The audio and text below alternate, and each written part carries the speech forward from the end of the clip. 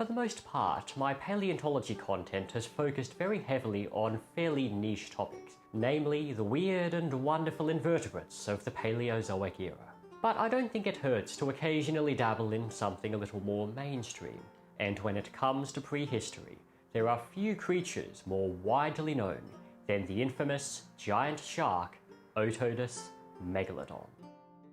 This immense predator patrolled the ancient oceans across the globe, and did so for an astonishingly long time. First appearing in the fossil record in the early Miocene epoch, around 23 million years ago, as one of the last of a lineage of sharks called the Otodontids, Megalodon persisted until really quite recently in geological terms, finally disappearing during the Pliocene, a little over 3.5 million years ago. But the giant shark's dominion was not so ironclad that it was beyond rivalry.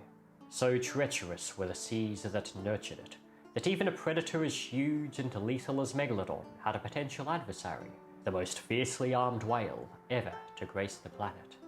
Livyatan melvillei, one of a group of whales called the Physeteroids, which today includes Physeta macrocephalus, the sperm whale. And while Livyatan was likely somewhat smaller than its modern relative, its weaponry was on a completely different level from that of any living whale. It possessed immense teeth, the largest biting teeth of any known animal, that were deeply rooted in the jaw, evincing a much more raptorial, macrophagous lifestyle than its present-day counterpart. The coexistence of two of the most formidable oceanic predators to have ever lived has unsurprisingly sparked much discussion about how these titans of yore may have interacted. But whether those discussions are productive is another matter entirely. To sum it up as succinctly as my compulsively rambling self is capable of, you have a small but influential group of fucking idiots who share often sensationalized and sometimes outright false information about these animals to their audience. An audience that itself contains two more groups of fucking idiots. One group is on Team Shark, and parrots nonsense they heard online like Megalodon still living in the Mariana Trench. The other group of fucking idiots is on Team Whale, and frequently bemoans the previous group for being fanboys and overhyping Megalodon, while they proceed to tout Livyatan as the absolute ultimate superior predator and completely fail to see how ironic their behaviour is. Ultimately, I think the main issue with discourse about Livyatan and Megalodon, well, aside from the omnidirectional surplus of fucking idiots, is the fact that in spite of the infamy of both these animals, especially Megalodon, the general public's knowledge about them is pretty scant, and that in turn makes it extremely easy for myths and misconceptions to get firmly established. And this doesn't just apply to the wider public either. The paleo community, by which I mean people who are interested in prehistory, be it casually or professionally, is also quite susceptible to falling for falsehoods. And while Megalodon may dominate the spotlight amongst the general populace, within the paleo community it seems a lot more, dare I say, trendy to favour Livyatan over the shark. I'm going to come clear right now so I don't disappoint anyone further down the line. This video is not about who would win in a fight. That is, in my opinion, one of the most trite discussions one can have about prehistoric life, and one that does neither of these extraordinary animals justice. Instead, we'll be investigating a couple of widespread notions about how Livyatan and Megalodon may have interacted. If you spend any time looking at artworks or even educational videos featuring these animals, it soon becomes pretty apparent that it's something of a cliche to depict Livyatan outright preying on adult Megalodon. This has in turn led to the fairly widespread belief that Livyatan routinely hunted the giant shark. But how much truth is there to this? In order to discuss the plausibility of Livyatan being a Megalodon mauler, it's worth examining the main arguments being presented to support the idea. And from what I've seen, I'd say by far the most common line of reasoning put forward by those espousing the above claim is drawing parallels between these extinct animals and the modern orca and great white shark. Orcas, as is quite well known, have been recorded preying on great whites, though this isn't quite as prevalent of an occurrence as some may believe. At the surface level, orcas and great whites may seem like a fitting analogy for Livyatan and Megalodon, a raptorial whale on one side, and a large macro-predatory shark on the other. Oh, and before anyone chimes in and says orcas are dolphins, not whales, yes, orcas are dolphins. And dolphins are whales. Cladistics, bitches. However, intuitive as the likening between the orca-great white dynamic and the Livyatan-megalodon dynamic may appear to be, there is one glaring difference that a surprising amount of people seem to overlook: the relative sizes of the animals. Orcas are, on average, over 3 times the size of a great white, and on top of that, the sharks they target tend to be smaller individuals, stacking the size disparity even more firmly in the whale's favour. For Livyatan and Megalodon, however, this doesn't seem to have been the case. Both of these animals are known from rather fragmentary remains, which leaves significant room for ambiguity regarding their respective sizes, but that doesn't mean that reasonable estimates cannot be attained. Livyatan is often stated to be between 13.5 and 17.5 metres long, and this is where I'd like to elucidate a fairly common misinterpretation of what the above size range actually means. It is not, as you might understandably think, the range of sizes that Livyatan attained. That is to say, it does not mean Livyatan grew between 13.5 and 17.5 metres long. What it is instead is a range of estimates. Livyatan is currently only known from skull material and isolated teeth, which means that the rest of the animal has to be inferred, typically from examining either its modern-day relatives like Physetomacrocephalus, or fossil relatives known from more complete remains, like Brygmophyzeta. Livyatan's head can then be scaled to the different body proportions seen among related species, leading to the above range in estimated sizes. The upper end, 17.5 metre estimate, assumes Livyatan was a fairly elongate animal with a disproportionately small head, and, likewise, the lower estimates operate under the assumption that it had a more compact build with a proportionally large head. In my personal opinion, I'd err towards something roughly in the middle of the range at most, as it seems more plausible for a raptorial predator like Livyatan to have had a disproportionately large head as opposed to a smaller head. But of course, the jury is still out, and only the discovery of post-cranial remains will be able to clear out the ambiguity surrounding Livyatan's overall size and proportions once and for all. Now let's move on to Otodus Megalodon. Once again, there's a fair amount of wiggle room with the animal's size estimate due to the fragmentary nature of its known remains, the massive majority of which are teeth. However, unlike Livyatan, some fossils from post-cranial regions have been found, notably the vertebral column, including one particularly exceptional specimen from Belgium that consisted of 141 individual vertebral centra which, combined, formed a column a little over 11 metres long. Of course, that's just the vertebral column, so the actual animal would have been longer still. Though the above specimen may represent some of the most complete Megalodon remains, fragmentary fossils indicate that the animal could have attained far greater sizes, with studies based off scaling up the dimensions of isolated teeth and vertebral centra, suggesting that exceptionally large individuals could have reached lengths of 20 metres or so. When it comes to the animal's average size, things aren't especially clear, but there is a particular misconception about the typical size of Megalodon that I feel is worth addressing. Some researchers have estimated the mean size of Otodus Megalodon to be in the range of 9 to 10 metres, and people have perceived those relatively unimpressive measurements to be the shark's average adult size. But that is not the case, nor was it what the studies proposed. These measurements were presented as the average size estimates across all life stages of Megalodon, including, of course, babies and juveniles as well. When it comes to the average adult size for Megalodon, estimates usually appear to hover around the 15 metre mark. But it seems that even some studies proposing more conservative estimates still acknowledge the plausibility of exceptionally large females approaching 20 meters. So going back to the orca and great white analogy, it's safe to say that it doesn't apply to Livyatan and Megalodon as well as one might initially think. As said before, orcas are multiple times bigger than a great white, which I'd say is the main factor that tips the dynamic in the whale's favour. Livyatan and Megalodon, meanwhile, overlapped in size much more closely, and while it's difficult to ascertain which of the two was bigger on average, it seems reasonable to suspect that the biggest Megalodon specimens exceeded Livyatan in size, and possibly by quite a significant margin. So a major advantage in favour of the whale that allows orcas to prey on great whites is completely irrelevant with regards to Livyatan and Megalodon. In the absence of clear modern analogues for the dynamic between Livyatan and Megalodon, let's now look to the fossil record for whatever clues it may hold.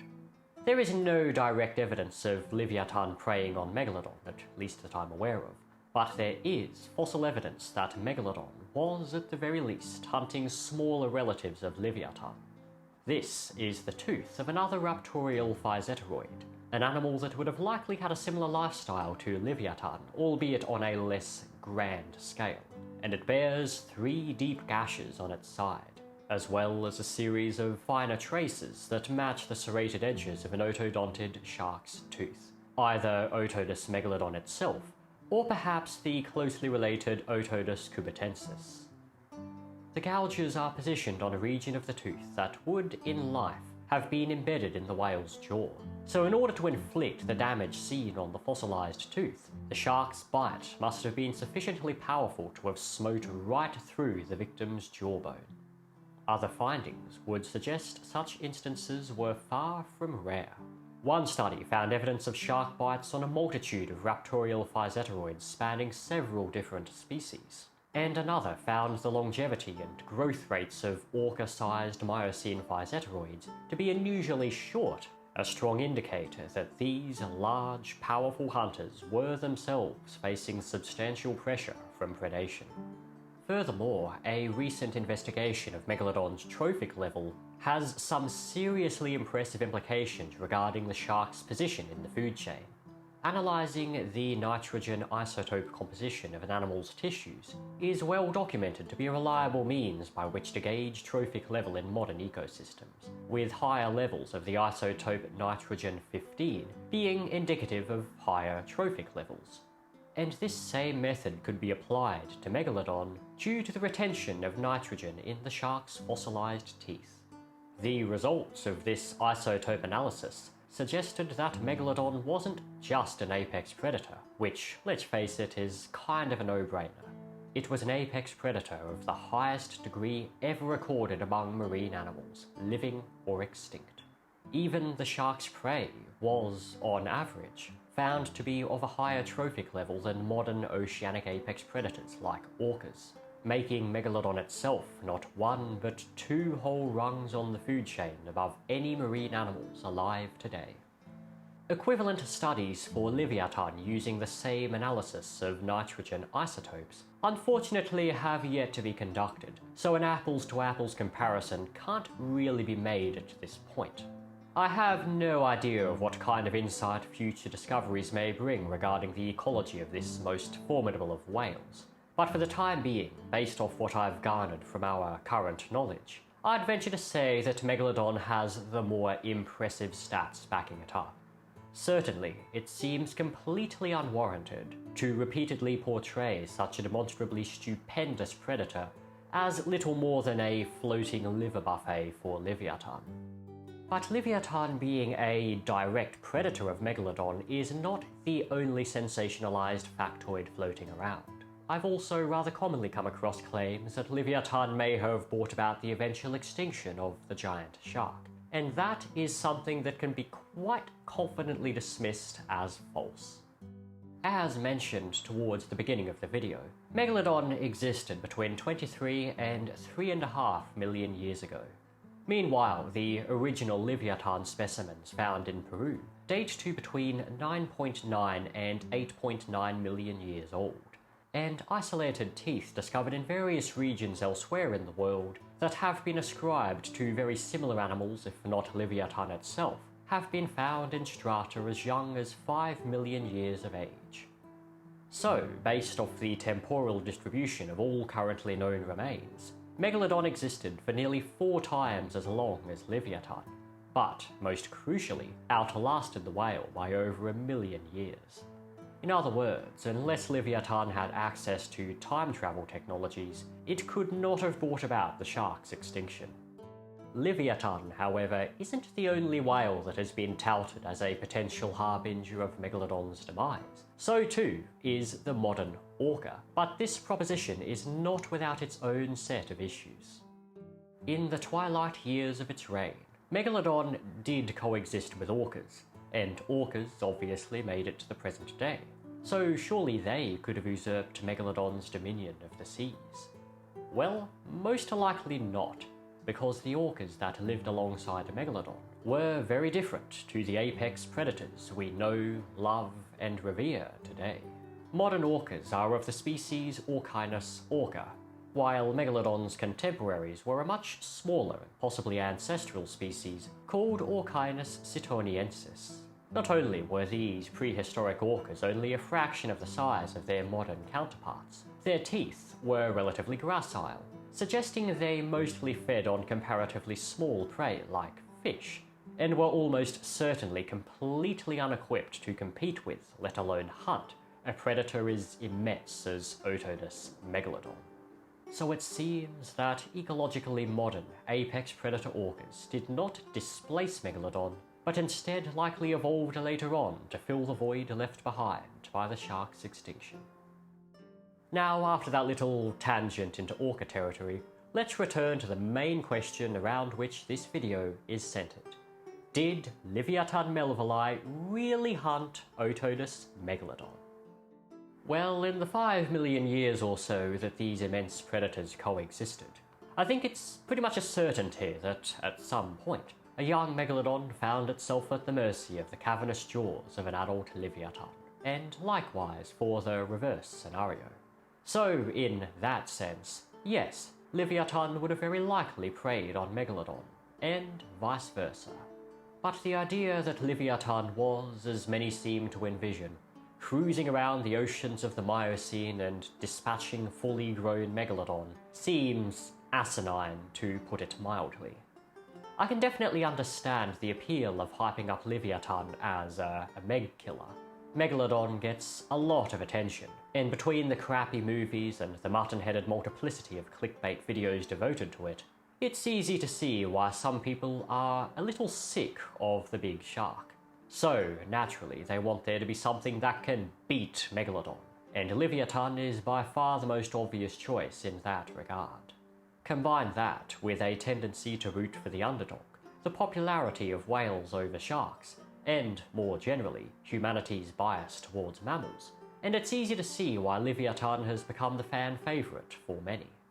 Though at the end of the day, no amount of intellectually bereft top 5 reasons Megalodon is still alive videos, nor the endless streams of fatuous comments accompanying them, will ever change the fact that, all clickbait aside, Otodus Megalodon is a genuinely very impressive animal, and I can't help but feel the pendulum has swung too far in the other direction in an overexerted response to the Megalodon hype.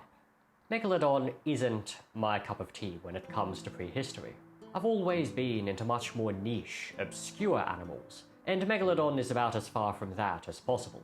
But in the process of making this video, I've definitely come to appreciate the giant shark a lot more, and I feel that the constant sensationalism revolving around Megalodon not only does a disservice to the multitude of other animals hidden away from the limelight by its hulking shadow, but drastically cheapens the image of Megalodon itself.